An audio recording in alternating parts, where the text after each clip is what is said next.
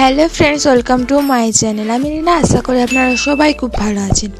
আজকে আমি আপনাদের সাথে দই ইলিশ রেসিপিটা শেয়ার করব। তো ভিডিওটা শুরু করা যাক। আমি ফার্স্টে একটা বাটিতে, এখানে আমাদের সরষে পেস্ট করা থাকে, আমি 1 চামচের মতো সরষে নিয়ে নিয়েছি। তাতে আমি অল্প একটু জল দিয়ে ভিজিয়ে রেখে দেবো। আর এখানে আমি 4 চামচের মতো টক দই নিয়ে নিয়েছি একটা বাটিতে। দেখুন, ঘরে বসানো টক দই আমি 4 চামচের মতো নিয়ে নিয়েছি। এরপর আমি এই দইটাতে তারপর আমি সর্ষেটাতে জল ঢেলে ভিজিয়ে রাখবো। একটু ভিজিয়ে রাখতে হবে সর্ষেটাকে আমাদেরকে। দেখুন, আমি এখানে ভিজিয়ে রাখতে রেখে দিলাম।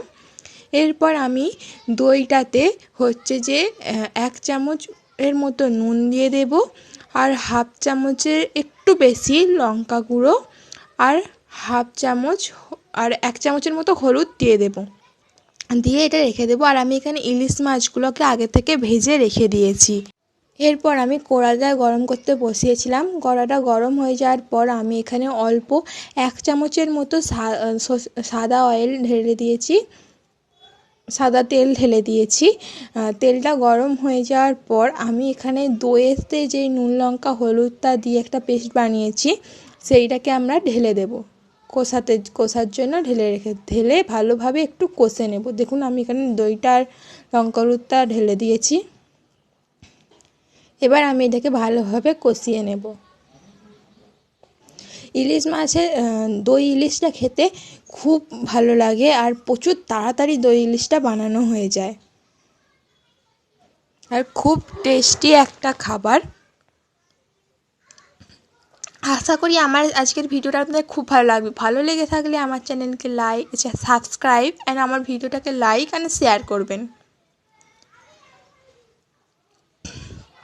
দেখুন, আমি এই মশলাটাকে ভালোভাবে কষিয়ে নিচ্ছি।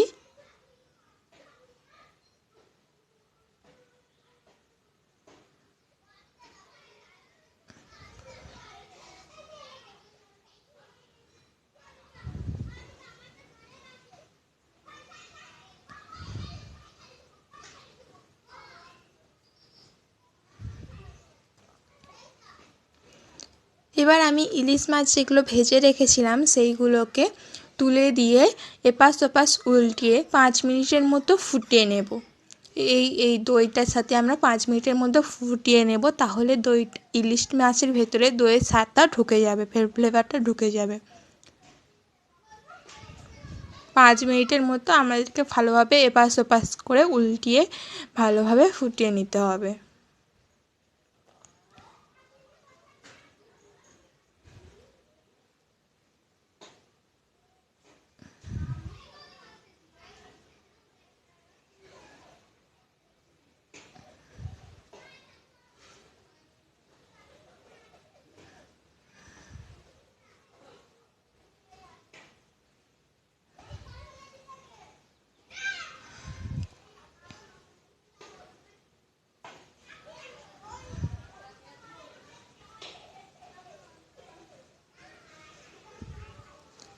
দেখুন, কত সুন্দর একটা কালার চলে এসেছে এখন থেকেই।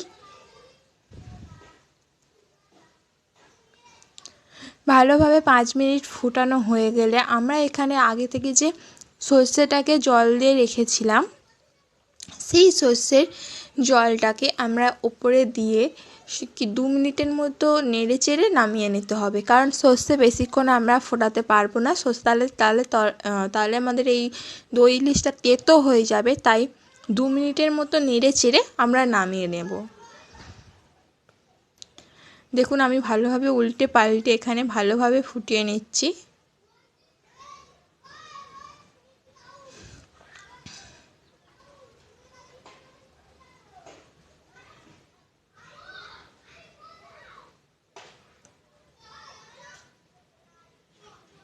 এবার আমরা সর্ষেটাকে ভালোভাবে এর উপর ছড়িয়ে দেব, ভালোভাবে ঢেলে দেব।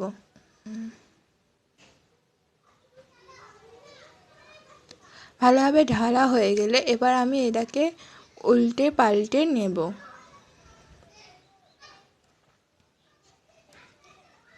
উল্টে পাল্টে ভালোভাবে কষিয়ে নেব। কষিয়ে নিয়ে আমাদের ইলিশ মাছটা পুরোপুরি রেডি হয়ে গেছে, আমরা এবার নামিয়ে নেব।